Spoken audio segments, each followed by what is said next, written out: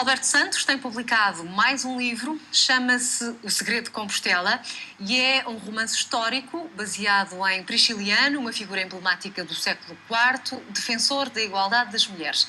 Esta ficção histórica questiona quem está no túmulo da Catedral de Santiago de Compostela e qual o sentido das peregrinações à cidade. Este é o terceiro livro de Alberto Santos, depois de A Escrava de Córdova e de A Profecia de Istambul. O Alberto Santos é o convidado da semana do Bom Dia Portugal. Obrigada, Sr. Doutor, pela sua presença, é um prazer recebê-lo. Quem é esta figura-chave deste seu novo livro, Prisciliano? Quem foi este homem? O que é que ele tinha de especial? Foi um homem que viveu num século também extraordinário, que foi o século IV, no tempo em que o Império Romano do Ocidente estava a chegar ao seu fim, mas que também estava a chegar o cristianismo, de alguma forma, aqui à Península Ibérica, e onde se discutiam, de facto, muito daquilo que era a base do cristianismo, tal qual da forma como hoje o concebemos. Este homem teve uma intervenção nessa ocasião, trazendo para o debate um conjunto de questões, nomeadamente daquelas que a Fátima referiu, a questão do papel da mulher na sociedade e do papel da mulher na Igreja, também a questão dos escravos, a forma da relação do crente com Deus, que eram questões, enfim, perfeitamente revolucionárias para o seu tempo. Este homem, acredito eu, que viveu muito para além do seu tempo e por isso foi considerado naquela época um herege e foi perseguido. Mas a verdade é que recentemente apareceram alguns escritos de Prisciliano e de alguns dos seus seguidores que põem em causa toda esta ideia que se formou ao longo da história da sua passagem terrena e sobretudo daquilo que ele pensou e da forma como explanou as suas ideias. E a verdade é que ele foi, de alguma forma, revolucionário no seu tempo e levou atrás de si muita gente, ou seja, a sua mensagem foi uma mensagem muito poderosa, muito potente aqui precisamente na zona onde nós vivemos, na antiga Galécia, aqui a norte do Douro até à Galiza, e a partir daqui ele ergueu um movimento espiritual que levou atrás de si muita gente e que o pôs em confronto, se assim se pode dizer, com a Igreja institucionalizada, porque ele tinha uma visão diferente da forma como deveria ser vivida a fé. Há duas questões que serviram de ponto de partida para esta sua história, que têm a ver com aquilo que eu estava a dizer, quem é que afinal está no túmulo de Santiago e qual é o sentido das peregrinações. A minha dúvida é, a investigação que foi fazendo para escrever este livro levou a encontrar respostas muito diferentes daquilo que é o nosso senso comum? Sim, porque o senso comum não põe em causa que esteja em Compostela sepultado o apóstolo Tiago. E a verdade é que eu acredito que muita gente nem sequer para pensar, mas qual apóstolo Tiago? Porque houve dois apóstolos Tiago, dois apóstolos com o nome de Tiago.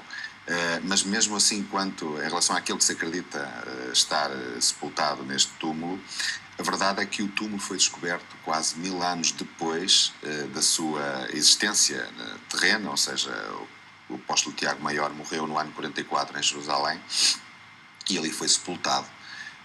E só passado quase 1000 anos se descobriu um túmulo que se atribuiu a esse mesmo apóstolo e depois se criou uma lenda acerca da sua trasladação do seu corpo de Jerusalém até Compostela, numa barca de pedra, enfim, que é o melhor material para se poder navegar, diria eu, no mar.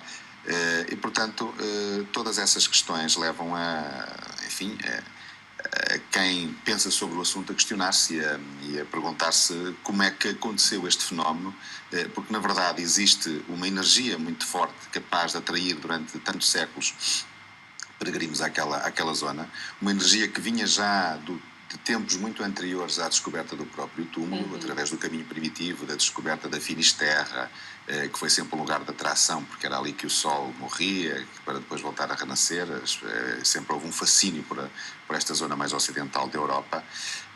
E, portanto, todas estas investigações levaram a escrever este livro e a fazer, de facto, estas perguntas que o livro coloca à volta destas personagens. Há uma particularidade nos seus livros, Alberto Santos, que tem a ver com o facto de terem sempre esta componente histórica. Aconteceu no seu anterior A Profecia de Istambul, aconteceu na Escrava de Córdoba. Isto acontece porquê? Porque os factos históricos permitem uma maior liberdade criativa no momento de criar a ficção, ou será porque o público aceita melhor este tipo de narrativas? Estamos a pensar que os seus 2 livros anteriores, cada um deles vendeu mais de 25 mil unidades em Portugal, não é muito de acontecer. E também foram editados fora do país, nomeadamente A Escrava de Córdoba.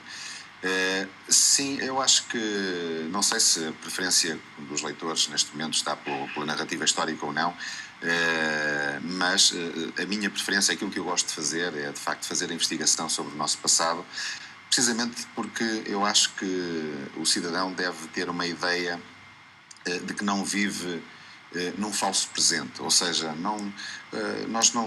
E vivemos ou não num falso presente? Eu acho que não devemos viver num falso presente. Nós não devemos apenas considerar a nossa vida desde o momento em que nascemos até o momento em que morremos, porque quando nascemos nós herdamos claramente uma cultura, um conjunto estruturado de valores, herdamos uma língua, herdamos os nossos costumes, as nossas tradições, e essa foi a história que nos trouxe.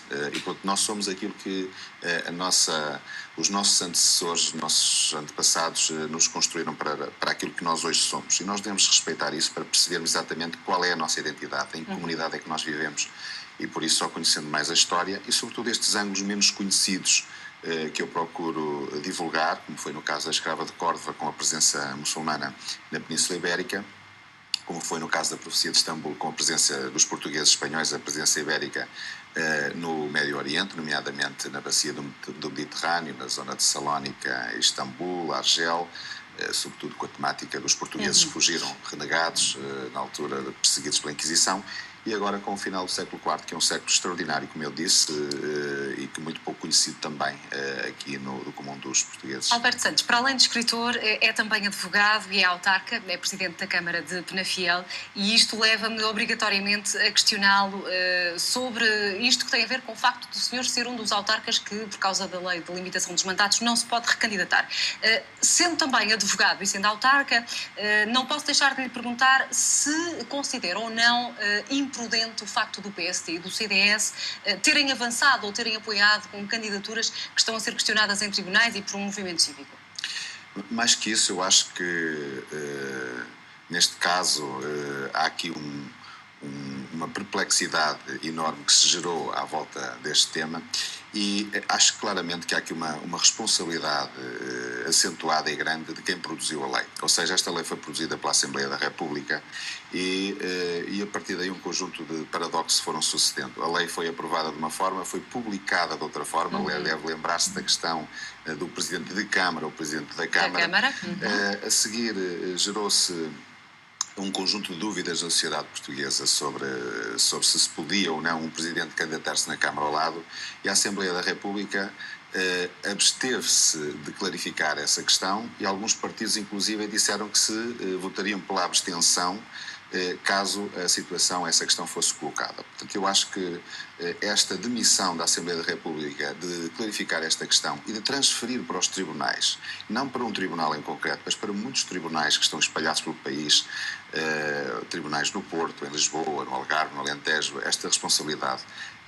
E depois ainda com questões como esta que estamos a assistir agora, em que um tribunal decide de uma forma, outro tribunal decide de outra, e depois falamos de providências cautelares que têm apenas naturezas provisórias e corre-se o risco de depois na ação definitiva, que não sabemos como está a justiça portuguesa, poder dizer-se agora numa providência cautelar não pode ser candidato e depois a ação definitiva, depois das eleições, diz afinal podia ter sido candidato. Eu acho que isto cria uma instabilidade de facto muito grande. Mas essa instabilidade decorrente da responsabilização que o Alberto Santos atribui aos deputados da Assembleia da República não é uma responsabilidade que em primeira instância deveria ter sido em conta pelos deputados do PSD e do CDS?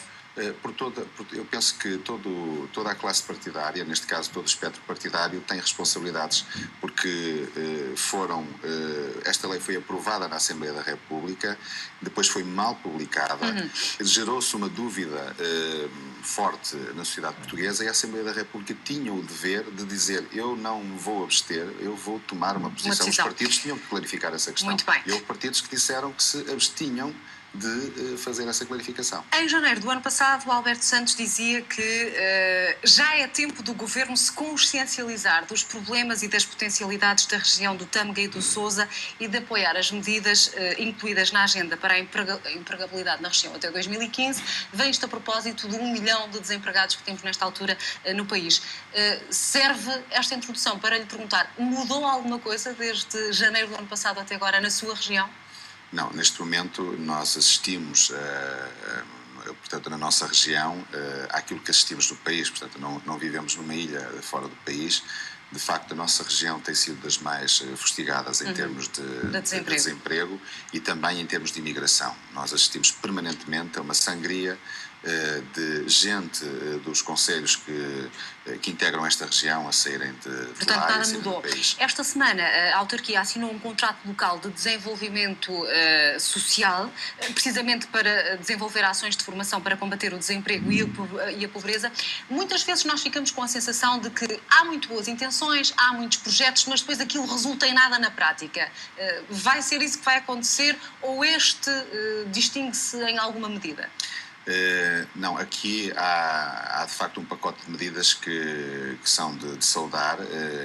Este tipo de contrato de desenvolvimento social é já a segunda leva de contratação que as autarquias podem fazer, e Penafiel foi um dos municípios que se propôs desenvolver um conjunto de medidas transversais em toda a comunidade para poder combater este flagelo que neste momento existe.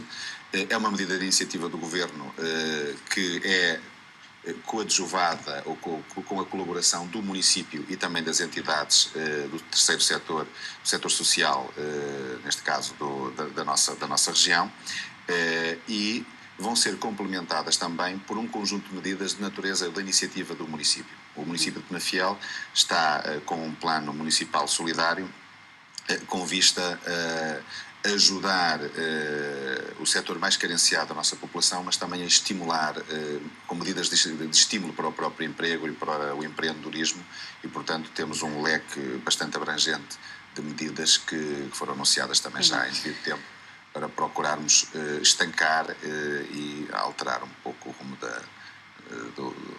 do tempo que vivemos na nossa região. Alberto Santos, vamos olhar o resumo da Semana Nacional até para comentarmos alguns dos assuntos.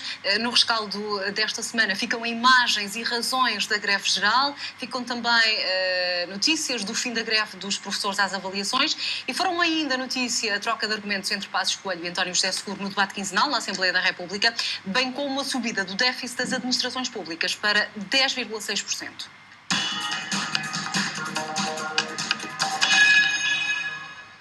Mais uma greve geral, mais um apelo à demissão do Governo. Um dia marcado pela tentativa de bloqueio dos acessos à ponte 25 de Abril e pela detenção de manifestantes. Para o Executivo, o país não parou. Entre as centrais sindicais, os números também diferem.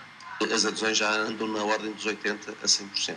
Isto quer dizer que houve mesmo uma grande adesão dos trabalhadores à greve. O número final que nós concluímos de adesão à greve ultrapassa claramente os 50%. Na educação, sindicatos e ministérios chegaram ao entendimento. As escolas regressaram à normalidade, com o fim da greve às avaliações. No debate quinzenal no Parlamento, António José Seguro acusou o Primeiro-Ministro de não ouvir os portugueses e fez duras críticas. O senhor volta a dar outra machadada no diálogo político e no consenso político com o Partido Socialista. Cuidado com a soberba. Cuidado com a soberba, senhor deputado. Não lhe deveria explicar que dificilmente o senhor deputado pode falar em nome de todos os portugueses. Um debate crispado, com Passos Coelho a admitir dúvidas sobre a possibilidade da descida dos impostos no próximo ano. Feitas as contas, o INE confirma a subida do déficit orçamental para 10,6%, nos primeiros 3 meses do ano. O governo acredita que o valor não vai afetar a meta do déficit em 2013, de 5,5%. Alberto Santos fixa o seu comentário no fim da greve dos professores às avaliações, e a pergunta que lhe faço é: a forma como o governo cedeu às reivindicações de FENPROF, de FNE e dos restantes sindicatos pode replicar-se em reivindicações futuras em diferentes áreas em relação a diferentes coisas? Bom, essa é a questão que penso que a Troika colocou muito recentemente sobre a capacidade ou não do governo cumprir. Exatamente.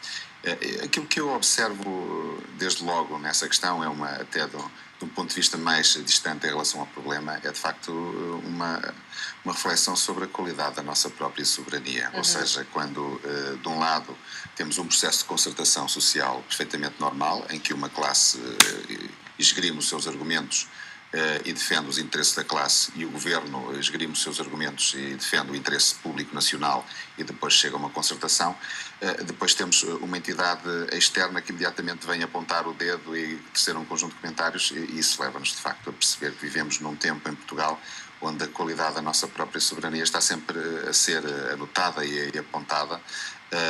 E portanto eu acho que foi um processo de negociação que teve os seus problemas, foi bastante complexo, mas que chegou a uma conclusão.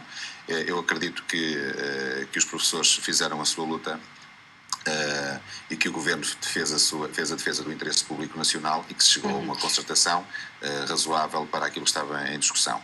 E o que se espera, obviamente, é que assim seja sempre em todas as questões, sem pôr em causa, obviamente, o interesse público nacional, que é de atingir as metas que temos pela frente. Bom, e subjacente às medidas que o governo tinha anunciado para os professores, estavam razões também de poupança. O senhor diz que a sua Câmara reduziu 10 milhões de euros nos últimos 3 anos com um plano de poupança que não afetou nem o apoio social a quem mais precisa, nem as ações educativas. Se é possível continuarmos no país a fazer o mesmo com menos dinheiro, o que é que isto poderá significar? Que durante todos estes anos o país andou a ser mal gerido, as câmaras andaram a gerir mal o nosso dinheiro? Não, o que eu acho é que durante muitos anos não houve a consciência de uma gestão que tivesse em conta os recursos que nós podíamos prever. E, portanto, por isso é que se diz que o país, em determinado momento, viveu acima das suas possibilidades. Portanto, focou muito a sua ação do lado da despesa e não teve em conta o lado da receita. E, portanto, agora aqui chegados, todos estamos convocados para podermos... Mas o exemplo daquilo que acontece na sua autarquia é replicável ao resto do país? É possível fazer o mesmo com menos? Claro que sim, eu acho que sim. Portanto, essa é a nossa convicção. É uma questão de definição das prioridades, sobretudo no domínio das autarquias. Muitas estão a fazer esse trabalho e, portanto, eu acho que as autarquias neste momento têm feito um trabalho muito meritório, porque têm alcançado esta consciência de que o paradigma da gestão deve ser, sobretudo, rodado para as questões de natureza mais social, para o apoio às pessoas, às gentes, aos seus problemas, às questões da empregabilidade, às camadas sociais mais vulneráveis. E, portanto, esta mudança de paradigma tem que ser necessariamente aquela que há de vir agora, sobretudo para esta nova geração de autarcas. E, portanto, eu acho que as medidas que tomamos, preventivas, já há 3 ou 4 anos atrás, e que nos permitiram atingir estes resultados nas nossas contas públicas, são perfeitamente replicáveis em outras resto do país. Olhamos agora a Semana Internacional, que foi dominada pelo agravamento do estado de saúde de Nelson Mandela, pelos protestos no Brasil e pela odisseia à volta do espião norte-americano Edward Snowden. Era uma notícia que todos esperavam, mas que mantinham a esperança de não ouvir nunca. O estado de saúde de Nelson Mandela agravou-se de modo irreversível. Os médicos revelaram que se encontrava em estado crítico. A família e os líderes políticos prepararam os sul-africanos para o pior. Em 2 ou 3 dias, o que parecia impossível de aceitar tornou-se o desejo da maioria, a convicção de que não tinha qualquer sentido prolongar-lhe o sofrimento e que era chegado o tempo de deixar Madiba partir. I think the good Lord should take a decision to put him out of his suffering. O mundo acompanhou passo a passo a despedida do homem que transformou a paz em liberdade nos ideais supremos da humanidade. Há muito habituados a fazer passar a imagem de campeões dos direitos humanos e dos valores democráticos, a julgar os outros e a exigir, os Estados Unidos voltaram a sofrer um duro revés. Primeiro foram as denúncias de espionagem ilegal e massiva, feitas por um ex-colaborador da Agência Nacional de Segurança, depois as pressões sobre a China e a Rússia para que Edward Snowden fosse extraditado. Isto após termos visto, há poucos dias, Barack Obama apontar o dedo ao presidente chinês por causa dos ataques informáticos e numa altura em que os diferentes com Moscovo parecem configurar o regresso à Guerra Fria. Все равно, что поросенка стричь. Визгу много, а шерсти мало. Ao mostrar capacidade de compreender e aceitar as críticas e de fazer acreditar no empenho na mudança, mesmo sem que medidas preconizadas tivessem sido muito bem explicadas, Dilma Rousseff, presidente do Brasil, conseguiu conter o movimento de contestação que incendiou o país. Embora não tenham cessado por completo, os protestos abandaram substancialmente. Envolvido em inúmeros casos de corrupção, Silvio Berlusconi acabaria por cair no Rubygate, uma história de prostituição de menores. Se tem ainda 2 recursos que podem adiar a ida para a cadeia, em termos políticos, está irremediavelmente no caixote do lixo da história. Alberto Santos, os protestos e as manifestações no Brasil acabam por demonstrar um bocadinho que aquilo que nós consideramos ser o clichê de o povo é quem mais ordena, afinal não é um clichê, porque com tanto protesto o governo brasileiro recuou mesmo na decisão de aumentar as tarifas dos transportes. Sim, aquilo que eu também observo naquilo que se passa neste momento no Brasil é de facto também um aparente paradoxo, ou duplo paradoxo. Em primeiro lugar, o Brasil é o país do futebol, o país do samba, da festa. E, portanto, foi precisamente escolher o tema do futebol e da construção dos estádios para sair à rua num momento em que o país se prepara para ter duas importantes organizações desportivas mundiais, do topo mundial, como o Campeonato do Mundo de Futebol e também os Jogos Olímpicos. E quem é que nós vimos sair à rua? Pelo menos aquilo que foi a minha percepção, que foi precisamente a base de apoio destes governos últimos no Brasil, ou seja, aquela base de apoio que endeusou de alguma forma o Lula da Silva há algum tempo atrás e que depois a Dilma Rousseff de alguma forma herdou essa mesma base de apoio, está na rua a protestar por questões que põem em causa a própria natureza do país, enquanto país moderno, capaz de organizar eventos importantes e sobretudo à volta do futebol. E portanto isso não deixa de ser um sinal claro dos tempos e um objeto de reflexão, não só no Brasil, mas no mundo inteiro. Alberto Santos, para concluirmos a nossa conversa, a sugestão que gostaria de partilhar com os nossos espectadores para este fim de semana? Olha, talvez uma viagem a Compostela, uma peregrinação a Compostela, para que se perceba de facto esta energia que esta cidade tem.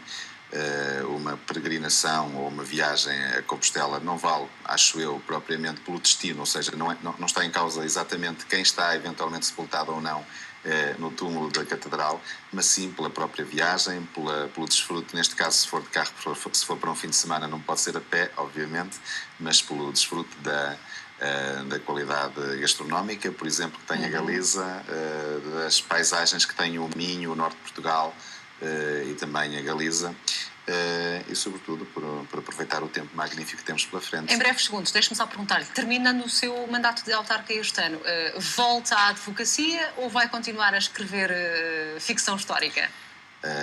Talvez as duas coisas, vamos ver. Espero não perder a vontade e a energia para continuar a escrever. E a minha profissão de base é a advocacia, portanto tenho de me preparar para rever os códigos que foram sendo alterados e muitas vezes ao longo do tempo para poder voltar à minha profissão. Aspirações políticas, quer partilhar alguma connosco? Não, a aspiração política que tenho é a aspiração coletiva de um povo, ou seja, que o povo português consiga ultrapassar este momento difícil que estamos a atravessar e que rapidamente consigamos estar em condições de deixar à próxima geração dos portugueses um melhor Portugal. Alberto Santos, muito obrigada por ter vindo ao Bom Dia Portugal. Foi um prazer recebê-lo. Bom fim de semana. Obrigado.